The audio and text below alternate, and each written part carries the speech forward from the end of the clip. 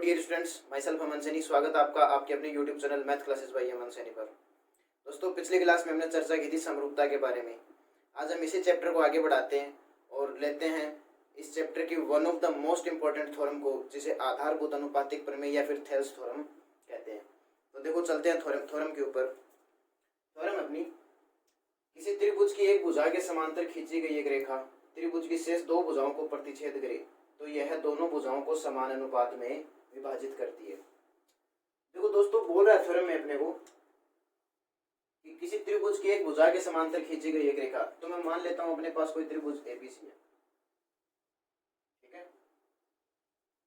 ये ले लेते हैं कोई त्रिभुज एबीसी है, ठीक है। और अपने को थ्योरम में कह रहा है कि एक भुजा के समांतर खींची गई एक रेखा। तो मैं इस भुजा के समांतर एक रेखा खींच लेता हूँ, इसी भुजा के समांतर एक रेखा खींच लेता हूँ, जिसको मैं डीई नाम दे रहा हूँ, ठीक है। अकॉर्डिंग टू थ्योरम चलते हैं। खींची गई एक रेखा शेष दो भुजाओं को प्रतिच्छेद करे। ये जो रेखा डीई है वो शेष दोनों भुजाओं को प्रतिच्छेद करे, बिल्कुल कर रही है। इन दोनों भुजाओं को ये काट रही है। तो प्रतिच्छेद करे तो यह रेखा दोनों भुजाओं को समान अनुपात में विभाजित करती है। यदि डीई इन दोनों भुजाओं को प्रतिच्छेद करे तो अपने को प्रूव करके दिखाना है कि एडी अनुपात डीबी बराबर होगा एई अनुपात ईसी। अर्थात ये जो दोनों भुजाएं हैं ये समान अनुपात में विभाजित हो रही हैं, ये अपने को करके दिखाना है। तो देखो, चलते हैं सॉल्यूशन। अपने को दिया गया है, क्या दिया गया अपने को? अपने को दिया है कि एक त्रिभुज एबीसी है जिसके अंदर बीसी के समांतर डीई है। एक त्रिभुज एबीसी है जिसमें बीसी समांतर है डीई, तथा जो डीई है वो एबी और एसी को बिंदु डी वाई पर प्रतिच्छेद करती है, तथा डीई एबी व एसी को क्रमशः बिंदु डी वाई पर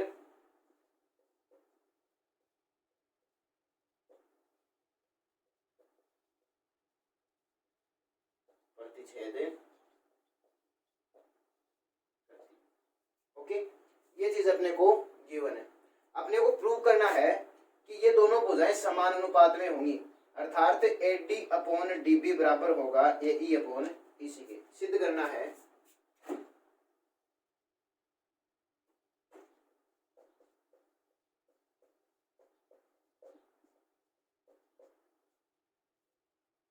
अपने को सिद्ध करना है एडी अनुपात डीबी बराबर होगा एई अनुपात ईसी। ये अपने को प्रूव करके दिखाना है। ओके, अब देखो दोस्तों, अपने को ये भुजा अनुपात ये भुजा बराबर दिखानी है, ये भुजा अनुपात ये भुजा की। तो ऐसे तो अपन दिखा नहीं सकते, तो इस त्रिभुज में अपन थोड़ी रचना कर लेते हैं, इसमें थोड़ा कंस्ट्रक्शन कर लेते हैं। तो रचना ये करते हैं कि बिंदु बी को तो ई से मिला दो और सी को डी से मिला दो। तो मिला देते हैं। मैं बिंदु बी को ई से मिला दे रहा हूं और सी को डी से मिला दे रहा हूं, ठीक है। साथ ही साथ अपन एक काम और कर लेते हैं कि एई भुजा पर बिंदु डी से लंब डाल देते हैं। एई भुजा बोल दो या फिर एसी भुजा बोल दो। एसी के ऊपर अपन बिंदु डी से लंब डाल देते हैं, तथा साथ ही साथ बिंदु ई से एबी पे लंब डाल देते हैं। ओके, तो देखो अपन ने रचना में क्या क्या काम किया है। सी को डी से मिलाया है, बी को ई से मिलाया है। ओके, तो देखो रचना में हमने ई से मिलाया है, बी को ई से मिलाया, साथ ही साथ में सी को डी से मिलाया, तथा और क्या किया हमने? और हमने किया है कि बिंदु डी से एई पे लंब डाला है, बिंदु डी से एई पे लंब डाला है और बिंदु ई से AD पे लंब डाला है, ये मान लेते हैं F और G बिंदु पे मिलते हैं।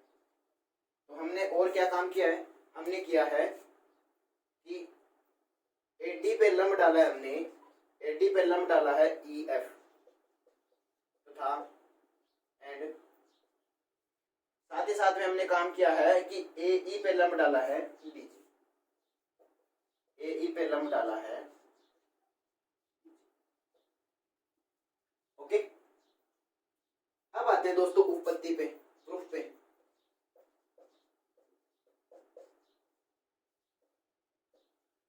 अब देखो दोस्तों इसको प्रूव कैसे करते हैं। हमने रचना में लिया था EF लंब है AB पे, यदि EF AB पे लंब है तो EF AD पर भी लंब होगा। ठीक है, अब EF, ये जो EF है ये AD पे लंब आ गया, तो इस छोटे वाले ट्राइंगल ADE में देखो, ADE में यदि मैं AD को आधार ले लूं तो EF ऊंचाई का काम करेगा। तो इधर से अपन इस त्रिभुज का क्षेत्रफल आसानी से निकाल सकते हैं, 1/2 इंटू AD इंटू EF। और देखो ये जो EF है ये और कौन से त्रिभुज में ऊंचाई का काम करेगा, तो देखो एक त्रिभुज बन रहा है DBE, त्रिभुज DBE में भी ये ऊंचाई का काम करेगा। कैसे करेगा, देखो ये DBE है अपना, ठीक है। अब इसमें यदि मैं आधार को ले लूं DB, यदि DB में लूं आधार, तो ऊंचाई देखो कहां से निकलेगी, फिर ऊंचाई इस पॉइंट से इस भुजा के ऊपर लंब डालना पड़ेगा। अब ये भुजा तो यहाँ खत्म हो चुकी है, तो इसको और आगे बढ़ाएंगे अपन और इधर से इस पे लंब डालेंगे, तो ये जो लंब होगा ये इस त्रिभुज के लिए ऊंचाई का काम करेगा H का, और ये काम करेगा आधार का। ओके, तो देखो फिर इधर से इसका भी क्षेत्रफल निकाल लेंगे अपन। तो उपपत्ति में आते हैं अपन, प्रूफ में।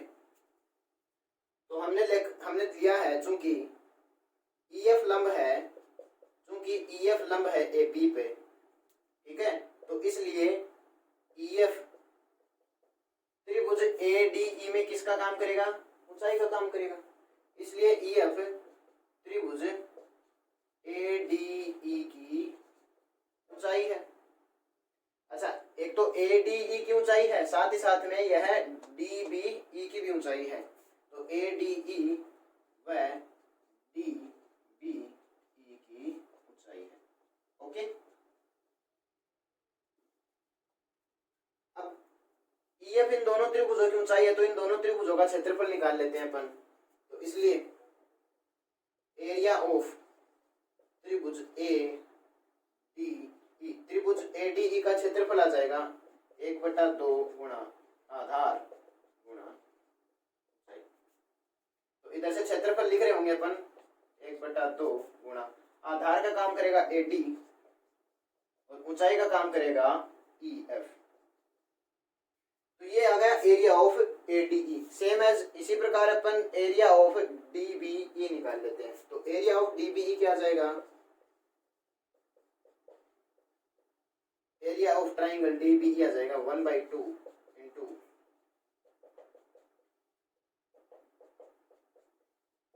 1/2 इंटू क्या आएगा DB इंटू ऊंचाई की जगह आएगा, ठीक है। अब देखो दोस्तों अपने को चाहिए सिद्ध करना है, उसमें चाहिए अपने को AD/DB। तो इधर से देखो मैं इन दोनों का एरिया ऑफ ADE व एरिया ऑफ DBE का यदि मैं रेशियो देखूं, अनुपात देखूं, तो देखो अनुपात लेंगे तो 1/2 से 1/2 कट जाएगा, EF से EF कट जाएगा, AD/DB बचेगा, इधर भी AD/DB चाहिए अपने को। तो देखो इन दोनों का अनुपात ले लो, तो इसलिए एरिया ऑफ त्रिभुज ADE अपॉन एरिया ऑफ त्रिभुज DBE क्या जाएगा, ऊपर आएगा 1/2 इंटू AD इंटू EF और नीचे आएगा 1/2 इंटू DB इंटू EF। काटो इनको, 1/2 से 1/2 कटेगा, EF से EF कटेगा, 11 होगा area of triangle ADE upon area of triangle DBE equal आ जाएगा AD/DB। ओके, इसको इक्वेशन 1 दे देते हैं, इसको इक्वेशन फर्स्ट दे देते हैं।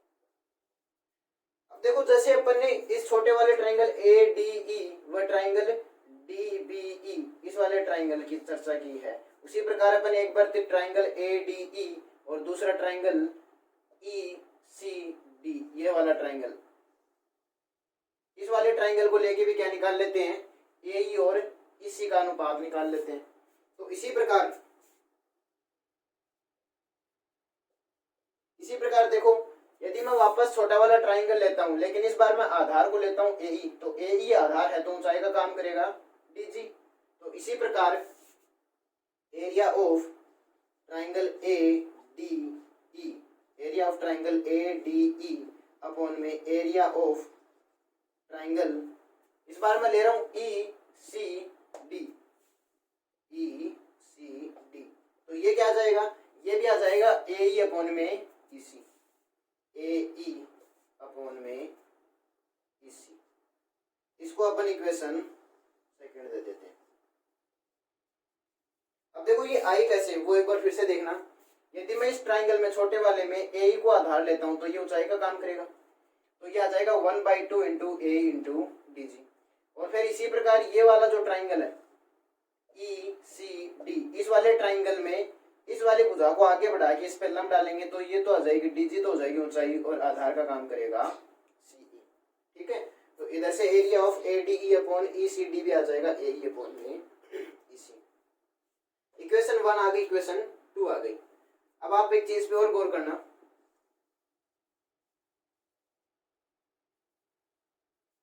अब देखो ये जो भुजा DE है वो BC के समांतर है, भुजा DE और BC समांतर है एक दूसरे के। ठीक है, तो चूंकि DE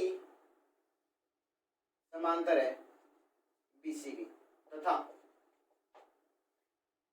ये जो दोनों त्रिभुज हैं, त्रिभुज DBE, त्रिभुज DBE और त्रिभुज ECD, ये दोनों त्रिभुज इन दोनों भुजाओं के मध्य बने हुए हैं। DE समांतर BC, ये भुजा इसके समांतर है और ये दोनों त्रिभुज इन दोनों भुजाओं के मध्य बने हुए हैं। तो जब दो भुजाएं समांतर हो और उनके मध्य कोई दो त्रिभुज बने हो तो उनके क्षेत्रफल भी क्या होते हैं, बराबर होते हैं। क्योंकि DE समांतर है BC के तथा त्रिभुज DE, त्रिभुज DBE व त्रिभुज ECD, इन दोनों भुजाओं के मध्य बने हुए कौन कौन सी भुजाएं, DE व BC के मध्य बने हुए हैं।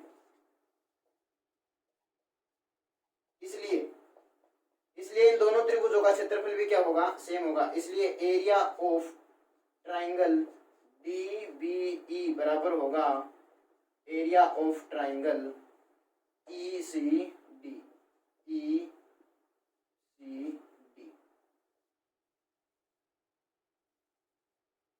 Area of triangle DBE equal होगा एरिया ऑफ ट्राइंगल ECD। इसको इक्वेशन थर्ड दे देते हैं। ठीक है, अब इक्वेशन फर्स्ट में है AD अपॉन DB, सेकंड में है AE अपॉन में EC। अपने को भी सिद्ध जो करना है वो ये करना है, AD upon DB equal AE upon EC, अर्थात इन दोनों को कैसे भी करके इक्वल दिखाना अपने को। और इक्वल दिखाने के लिए अपने समीकरण थर्ड लिया है, DBE इक्वल है एरिया ऑफ ECD। इधर देखो DBE इक्वल है ECD, अर्थात इन इक्वेशन फर्स्ट सेकंड और थर्ड का यूज करें यदि अपन, तो by equation first second and third, तो इक्वेशन फर्स्ट सेकंड और थर्ड का यूज करें तो इधर से देखो एरिया ऑफ DBE और एरिया ऑफ ECD इक्वल है। तो अपन समीकरण 1, 2 और 3 से क्या लिख सकते हैं, AD अपॉन में DB इक्वल हो जाएगा AE अपॉन में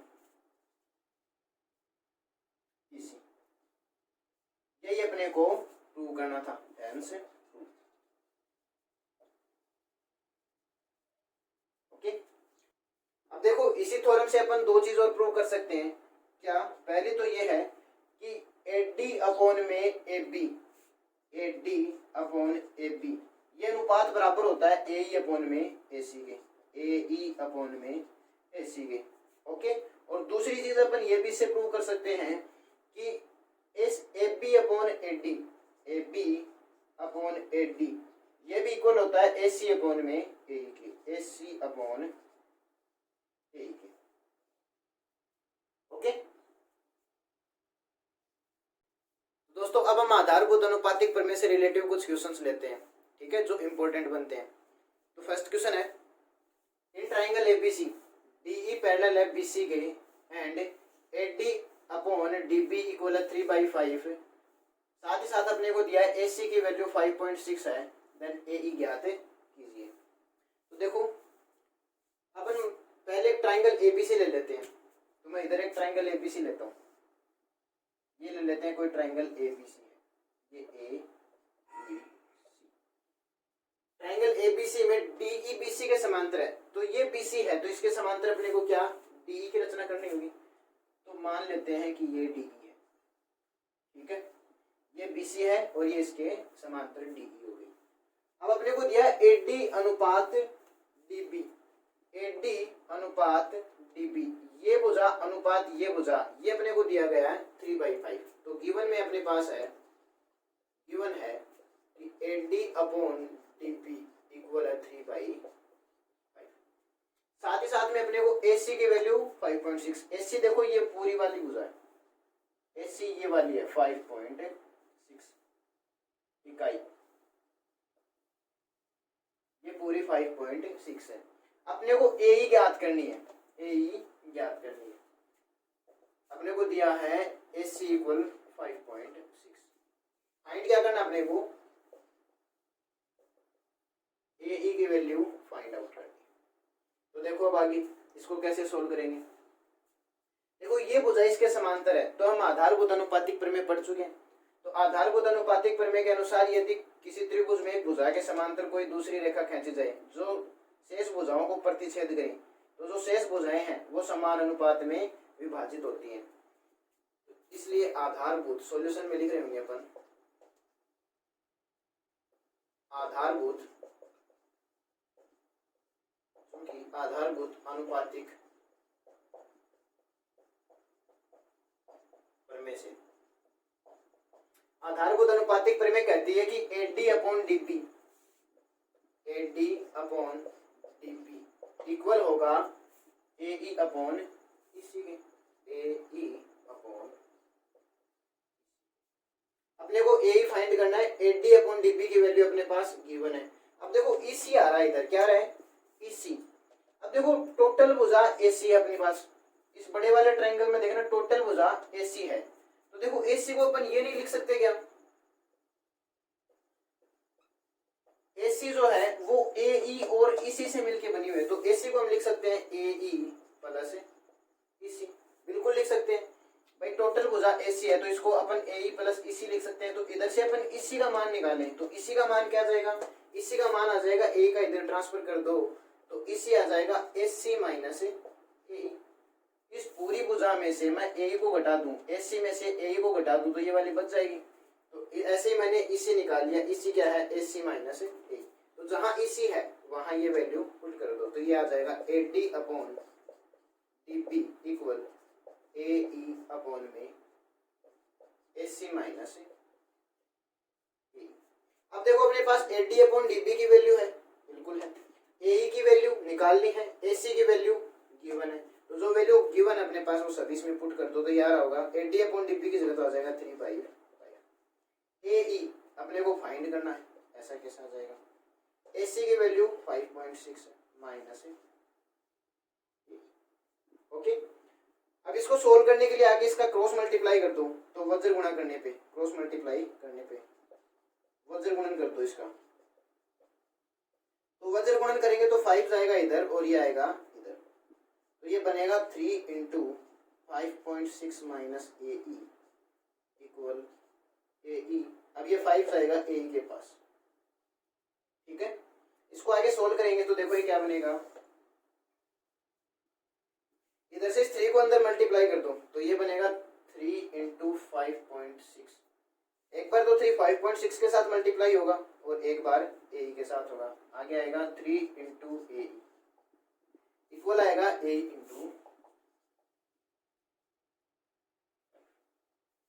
ठीक है। तो ये आएगा 3.5, 3 इंटू 5.6 माइनस ये हो गया 3AE इक्वल ये हो गया 5।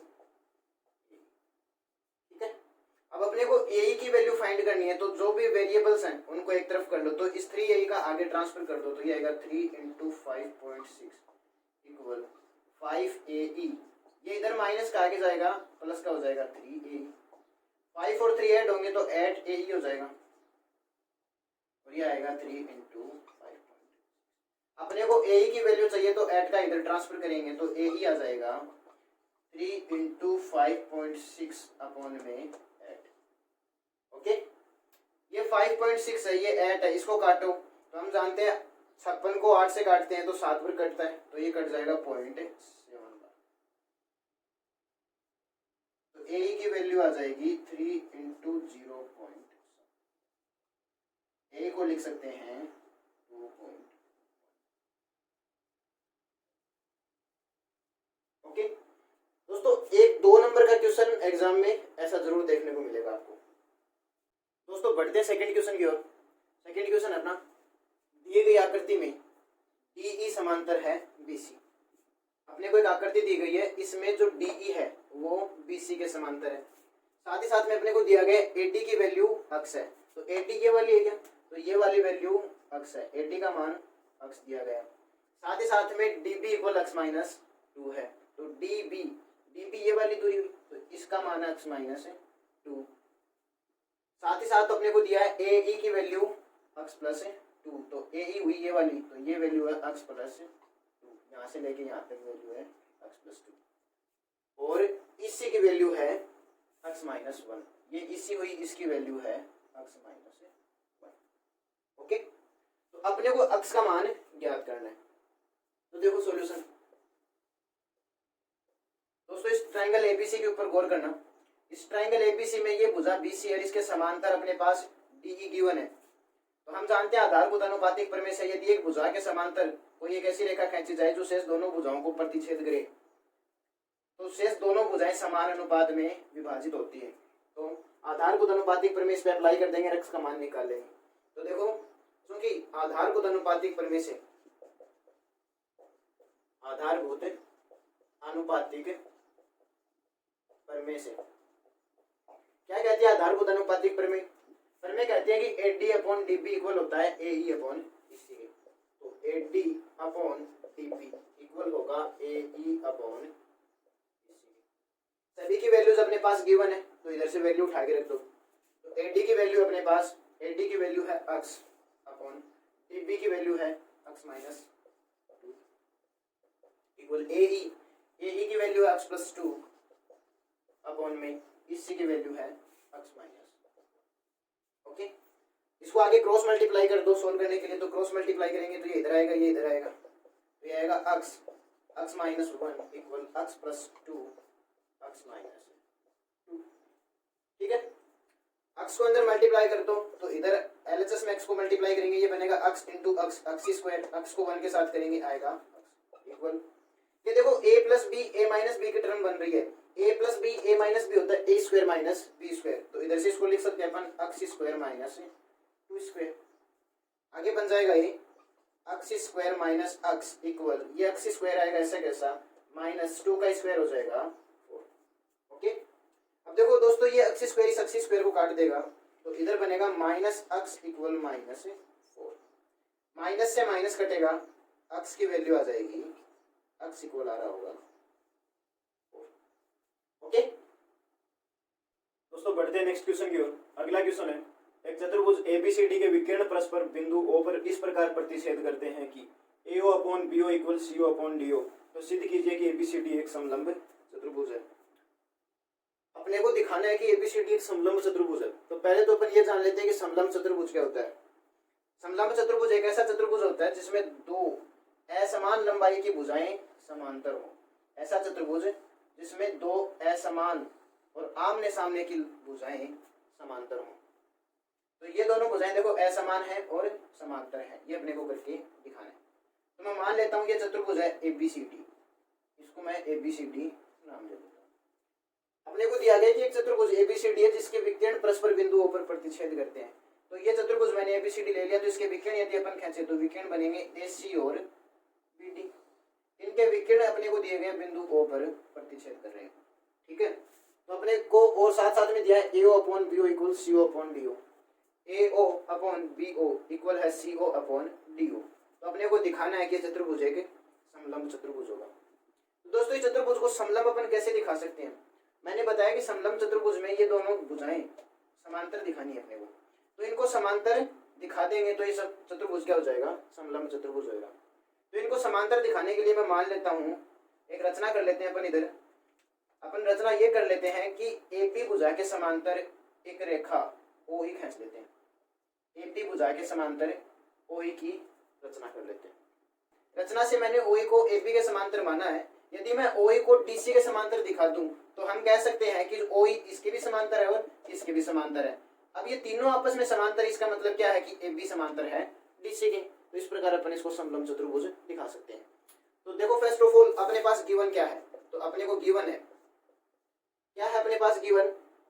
AO अपॉन चतुर्भुज ABCD में, चतुर्भुज ABCD में AO अपॉन BO इक्वल है CO अपॉन DO।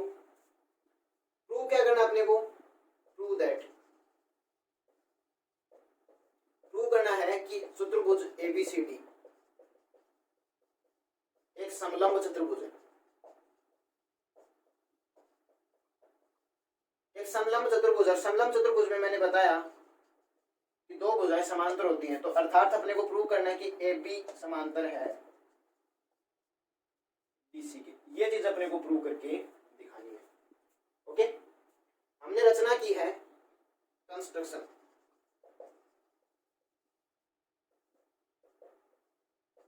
रचना ये की है कि हमने AB के समांतर एक भुजा OE खींची। AB के समांतर भुजा या फिर रेखा OE, AB के समांतर एक रेखा OE खींची जो CB को बिंदु E पर काटती है, जो CB को या फिर BC को बिंदु E पर काटती है। ओके, अब आओ दोस्तों इसके प्रूफ पे।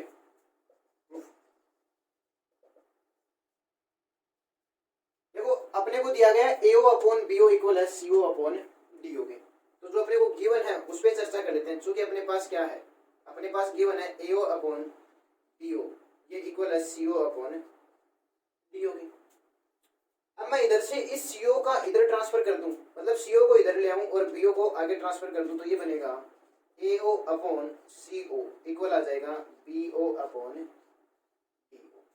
ठीक है, ऐसा अपन क्यों कर रहे हैं वो भी पता चल जाएगा। इसको इक्वेशन फर्स्ट दे देते हैं अपन, इसको इक्वेशन फर्स्ट दे दो।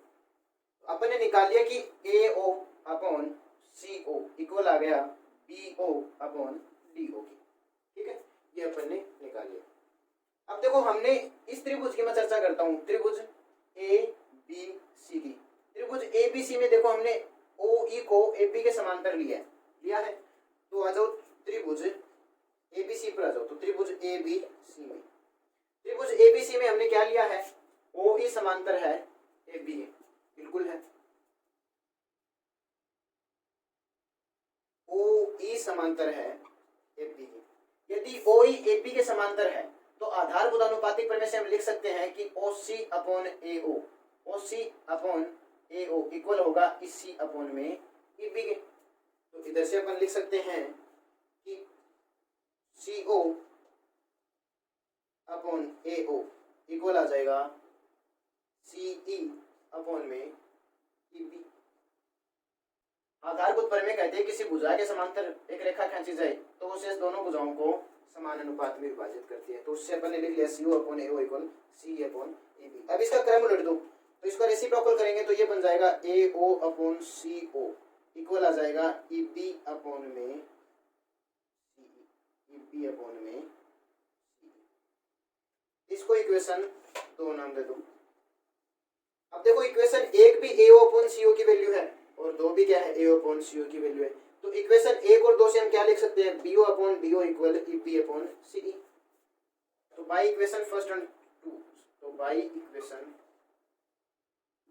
फर्स्ट एंड सेकेंड, इक्वेशन 1 और 2 से हम क्या लिख सकते हैं कि BO upon DO, BO upon DO equal आ जाएगा कि B अपॉन में C के। ठीक है, हम लेके चले थे कि ये भुजा इसके समांतर है, आधारभूत अनुपातिक प्रमेय लगाई, ये अनुपात ये इक्वल होगा, ये अनुपात ये, इसको अपन लेके चले थे और इक्वल दिखा, और आ गया अपना BO upon DO, BO upon DO equal आ गया है BE अपॉन इसी के, अर्थात इस वाले त्रिभुज पे पहुंच चुके अपन, ये अनुपात ये इक्वल आ गया, ये अनुपात ये, तो इससे अपन लिख सकते हैं कि आधारभूत अनुपातिक प्रमेय के विलोम से हम लिख सकते हैं कि यदि इस भुजा का अनुपात इसके साथ बराबर इस भुजा का अनुपात इसके साथ, तो ये वाली जो भुजा है OE वो किसके समांतर होगी, BC के। तो इसलिए आधारभूत अनुपातिक प्रमेय के विलोम से, आधारभूत अनुपातिक प्रमेय का विलोम कहता है कि OE समांतर होगा BC के। ठीक है, अब देखो OE समांतर आ गया BC के, तथा हम लेके चले थे कि OE समांतर है AB के, OE समांतर है AB के, तो इन दोनों को मिला के हम ये नहीं लिख सकते क्या, इन दोनों को मिला के हम ये नहीं लिख सकते क्या कि OE वो समांतर है AB के और समांतर है BC के, अर्थात OE समांतर AB भी है और BC भी है, तो इधर से रिजल्ट निकलेगा कि जो AB है वो समांतर है किसके। ठीक है, AB समांतर आ गया BC के, यही अपने को प्रूव करना था, अतः हम कह सकते हैं अतः चतुर्भुज ABCD एक क्या है, समलंब चतुर्भुज। ओके, तो गाइस आज की क्लास में इतना ही रखते हैं, मिलते हैं नेक्स्ट क्लास में कुछ और थ्योरम और कुछ और क्वेश्चनों के साथ, तब तक बने रहें हमारे साथ। जय हिंद, जय भारत।